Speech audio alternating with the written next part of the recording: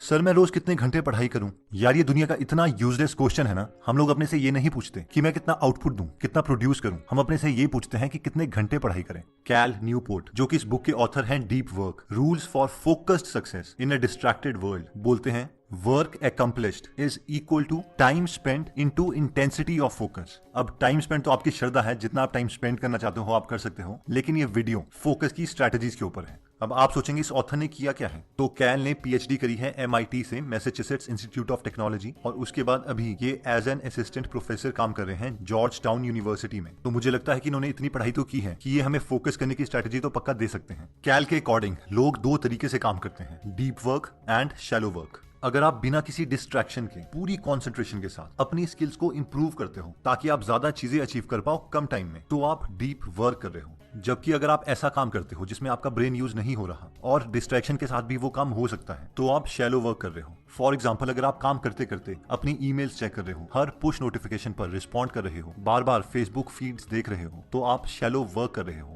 कैल बोलते हैं कि आजकल की डिस्ट्रैक्शन भरी दुनिया में डीप वर्क करना बहुत ज्यादा रेयर हो गया है, और इसीलिए ये स्किल बहुत ज्यादा वैल्यूएबल है। और फ्यूचर में जिसके पास भी ये स्किल होगी वो ही अपनी फील्ड में बेस्ट परफॉर्मर बनेगा, एक क्राफ्ट्समैन बनेगा। कैल बोलते हैं कि हमें डीप वर्क करने के लिए 4 चीजों का ध्यान रखना पड़ता है। पहला, सिंगल टास्किंग, दूसरा, जीरो डिस्ट्रैक्शंस, तीसरा, इंटेंस फोकस, और चौथा, एक्सटेंडेड पीरियड्स ऑफ टाइम। चलिए इन 4 चीजों को थोड़ा डिटेल में देखते हैं। रिसर्च बार बार प्रूव कर चुकी है कि मल्टीटास्किंग से आपकी अटेंशन कम होती है। जब भी आप टास्क ए से टास्क बी में शिफ्ट होते हो तो आपकी अटेंशन काफी टाइम तक पुराने टास्क ए पर ही रहती है, जिसकी वजह से आप टास्क बी पर पूरे तरीके से फोकस नहीं कर पाते। जब भी हम थोड़े टाइम के बाद सोशल मीडिया की नोटिफिकेशंस पर रिस्पॉन्ड करते हैं तो हमें ऊपर से ऐसा लग सकता है कि इससे क्या फर्क पड़ता है, बट एक्चुअल में आपका माइंड प्रोग्राम हो रहा है उस डिस्ट्रैक्शन की क्रेविंग के लिए। कभी आपने देखा है कि नोटिफिकेशन आती भी नहीं है, फिर भी आप खुद फोन उठा के उसे अनलॉक करके फोन में देखने लग जाते हो। ये एग्जाम्पल है आपकी माइंड की प्रोग्रामिंग का। इसके लिए कैल न्यूपोर्ट ने अपनी बुक में एक इंटरेस्टिंग स्टडी के बारे में बताया है। रिसर्चर्स ने पार्टिसिपेंट्स को कुछ पजल सॉल्व करने के लिए दिए। इनमें से आधे लोगों को, जिन्होंने अभी पजल सॉल्व नहीं किया था, उन्हें बीच में ही इंटरप्ट कर दिया गया और बोला गया कि आपको हमारे साथ चलना पड़ेगा क्योंकि आपने कुछ इंपॉर्टेंट डिसीजंस लेने हैं। और फिर इनसे लॉजिकल क्वेश्चंस पूछे गए। जबकि दूसरे ग्रुप को पजल कंप्लीटली सॉल्व करने दिया गया और बाद में उनसे सेम क्वेश्चंस पूछे गए। अब आप पूछेंगे इसका रिजल्ट क्या रहा। ऑब्वियसली जो लोग पजल को कंप्लीटली सॉल्व कर चुके थे उन्होंने उस टेस्ट में बेटर परफॉर्म किया दूसरे ग्रुप के कंपैरेटिवली, जिन्हें बीच में ही इंटरप्ट करके बुला लिया गया, क्योंकि उनके ब्रेन में पजल से रिलेटेड रेजिड्यू रह गया था, जिसकी वजह से वो उस टेस्ट में परफॉर्म नहीं कर पाए।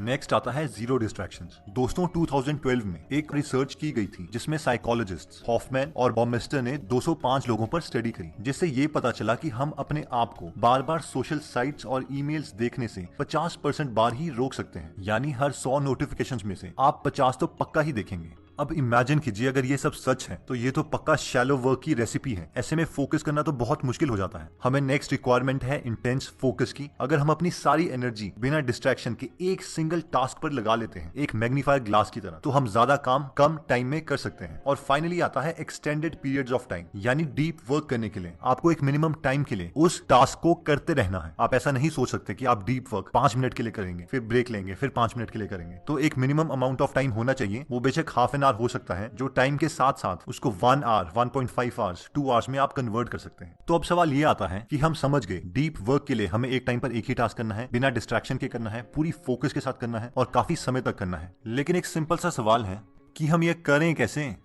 इसके लिए ऑथर ने 4 रूल्स दिए हैं, जिसमें रूल नंबर 1 आता है वर्क डीपली। कैल बोलते हैं कि अच्छी इंटेंशन से काम नहीं चलेगा। अगर आपको एक्चुअल में डीप वर्क करना है तो आपको अपनी लिमिटेड विल पावर को बहुत सोच विचार के खर्च करना पड़ेगा। डीप वर्क करते समय आपको हर डिस्ट्रैक्शन को अपने से दूर रखना पड़ेगा। अगर आप पढ़ाई कर रहे हैं तो उस वक्त आपके टेबल में ना कोई सेलफोन, ना कोई एक्स्ट्रा पेपर, ना कोई एक्स्ट्रा बुक होनी चाहिए, क्योंकि ये सारी चीजें आपको कहीं ना कहीं डिस्ट्रैक्ट करेगी। इसके लिए ऑथर बोलते हैं कि आप इन 4 फिलॉसफी में से एक फिलॉसफी चूज कर सकते हैं। तो सबसे पहला तरीका आता है मोनेस्टिक अप्रोच, यानी सन्यासी की तरह अपनी हर चीज को त्याग देना जब तक आपको आपका गोल नहीं मिलता, चाहे वो सोशल वेबसाइट हो या फिर फ्रेंड्स। इस फेमस टेक्निक को यूज करके बहुत सारे लोग अपने गोल्स को अचीव कर चुके हैं, जैसे कि J.K. राउलिंग जब 2007 में हैरी पॉटर की फाइनल बुक लिखने जा रही थी तो उन्होंने पूरी की पूरी बुक एक होटल में अपने फ्रेंड्स फैमिली मेंबर से दूर जाके लिखी। वो कहती हैं कि बच्चों का चिल्लाना, टेलीविजन, कुत्तों का भौंकना, ये सब उन्हें बहुत डिस्टर्ब करता था और उन्हें एक आइसोलेशन चाहिए थी। 1974 में बिल गेट्स जब बेसिक का पहला वर्जन लिख रहे थे तो 8 हफ्तों तक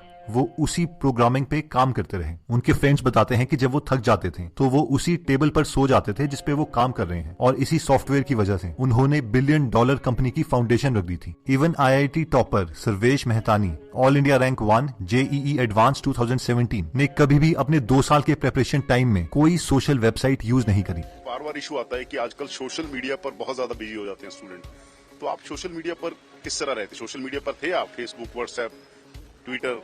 हार्डली कुछ सोशल, ट्विटर तो पता नहीं आज तक चलाया भी नहीं, पता भी नहीं यूज कैसे करते हैं। थोड़ा बहुत हल्का फुल्का सोशल मीडिया चलाया था, लेकिन ऑलमोस्ट गिव अप कर दिया था सोशल मीडिया इन 2 सालों के लिए, क्योंकि पता था वो जरूरी होता है गिव अप करना, ताकि कुछ अच्छा रहेगा सके। डीप वर्क को करने का दूसरा तरीका आता है बाय मॉडल अप्रोच। इस अप्रोच में जब भी आप हाई प्रोडक्टिव काम करना चाहते हैं तो आप एक आइसोलेटेड जगह में चले जाते हैं और उस टाइम के लिए आप सारी डिस्ट्रैक्शन से दूर हो जाते हैं और उस काम पर प्री डिसाइडेड टाइम स्पेंड करने के बाद वापस नॉर्मल लाइफ में आ जाते हैं। रॉबर्ट कियोसाकी ने अपनी famous book rich dad poor dad लिखने के लिए इसी टेक्निक का इस्तेमाल किया था, जिसने उन्हें मिलियनेयर बना दिया। आप भी इस टेक्निक का इस्तेमाल करने के लिए लाइब्रेरी में जा सकते हैं या किसी ऐसे कमरे में जहाँ पर कोई ना आता हो, कोई नॉइज ना हो और आपके सेलफोन्स ऑफ हो। दोस्तों, थर्ड टेक्निक आती है रिदमिक अप्रोच। इसमें आप टाइम ब्लॉक्स क्रिएट करते हैं। फॉर एग्जांपल, 1 घंटे के लिए आप सिर्फ अपना फोकस्ड डीप वर्क करेंगे। उस time no cellphone, no friends, nothing, और उसके बाद 1 घंटा enjoy and again 1 hour work. आप इन टाइम स्लॉट्स के अमाउंट को अपने कंफर्ट के अकॉर्डिंग चूज कर सकते हैं। लास्ट आती है जर्नलिस्टिक अप्रोच। ऐसे लोग जो फुल टाइम जॉब करते हैं और उनके पास डीप वर्क में जाने के लिए एक स्पेसिफिक टाइम नहीं होता, वो इस टेक्निक को यूज कर सकते हैं। ऐसे लोगों को जब भी फ्री टाइम मिलता है वो अपनी सारी डिस्ट्रैक्शंस को ऑफ करके एक हाईली इंटेंस्ड फोकस मोड में चले जाते हैं और पूरे दिन में जितना पॉसिबल हो उतने टाइम स्लॉट्स डेडिकेट करते हैं।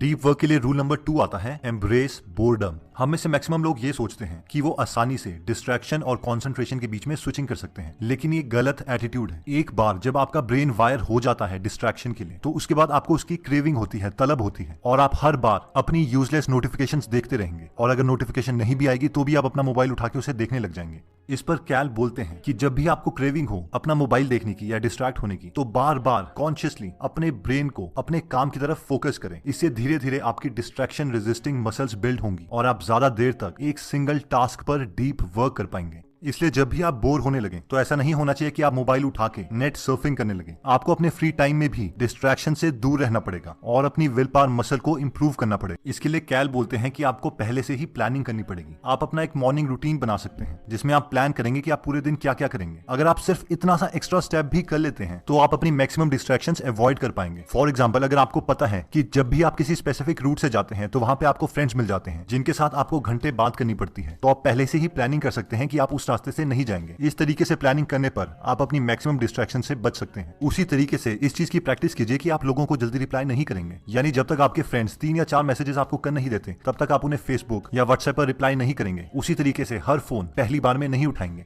नेक्स्ट रूल आता है क्विट सोशल मीडिया। सर, ये क्या बोल दिया आपने, सोशल मीडिया ना यूज करें? क्या हमने सोशल नहीं होना, हमारे फ्रेंड्स नहीं? अब सबसे पहली बात तो यह है कि मैं ये नहीं बोल रहा, ये ऑथर बोल रहे हैं। सेकंड, ऑथर बोलते हैं कि नोटिफिकेशंस आप में एक हैबिट क्रिएट कर देती है जिससे आप अपना सेल फोन नोटिफिकेशंस पर तो देखेंगे ही, लेकिन जब नोटिफिकेशंस नहीं भी आएंगी तो भी आप सिर्फ टाइम पास करने के लिए अपना मोबाइल खोल के फेसबुक देखने लग जाएंगे और आपको पता भी नहीं चलेगा कि आपने आधा घंटा इसी चीज पे वेस्ट कर दिया। इसीलिए हमारे अंदर एक क्राफ्ट्समैन अप्रोच होनी चाहिए, यानी जब तक हमने क्लियरली डिफाइन नहीं कर दिया है कि इस टूल को यूज करने के जो बेनिफिट्स हैं वो बहुत ज्यादा है कंपैरेटिवली उसके नेगेटिव इफेक्ट्स हैं, तब तक हमें वो टूल यूज नहीं करना चाहिए। अब आप ये कम से कम 30 दिन तक ट्राई कर सकते हैं जब आप कोई भी सोशल मीडिया साइट यूज नहीं करेंगे, और उन 30 दिनों के बाद अपने से 2 सवाल पूछ सकते हैं। पहला, क्या मेरे 30 दिन बेहतर हो सकते थे अगर मैं ये सोशल साइट्स यूज करता? और सेकंड, क्या लोगों को फर्क भी पड़ा मेरी ये सोशल साइट्स ना यूज करने पर? और जेन्युइनली अगर देखा जाए तो एटलीस्ट फेसबुक सिर्फ उन लोगों के लिए ज्यादा बेनिफिशियल है जो इंटरनेट मार्केटिंग कर रहे हैं और उनका बिजनेस इन्हीं पर टिका है, और एक स्टूडेंट को इन सब चीजों के बहुत कम बेनिफिट्स हैं। नेक्स्ट आता है ड्रेन द शैलोज। कल मैंने 14 घंटे पढ़ाई की, मैं 16 घंटे पढ़ा। ये सारी चीजें हम ऐसे बताते हैं जैसे एक ऑनर है, जबकि कैल कहते हैं कि इसका मतलब है कि आप बहुत अनप्रोडक्टिव हैं, आप बहुत ज्यादा शैलो वर्क कर रहे हैं और बहुत कम डीप वर्क कर रहे हैं। अगर कोई इंसान वो चीज 6 घंटे में अचीव कर रहा है जो आप 15 घंटे में अचीव कर रहे हैं, तो आप बहुत कम प्रोडक्टिव हैं। और अगर आप भी प्रोडक्टिव होना चाहते हैं तो आपको 2 काम करने पड़ेंगे। सबसे पहले आपको ट्रैक करना पड़ेगा कि आप कितना टाइम वेस्ट करते हैं और कितना एक्चुअली डीप वर्क कर रहे हैं। आप देखेंगे कि 14 घंटे में से आप डीप वर्क सिर्फ 2 घंटे कर रहे हैं। और सेकंड, अपने पूरे दिन के एक एक मिनट को शेड्यूल कीजिए कि आप कब सोएंगे, डीप वर्क कब करेंगे और सोशल टाइम कितना देंगे। ऑब्वियसली ये 100% फॉलो नहीं होगा, लेकिन आपको एक आइडिया देगा, डायरेक्शन देगा कि आपको अपना दिन किस तरीके से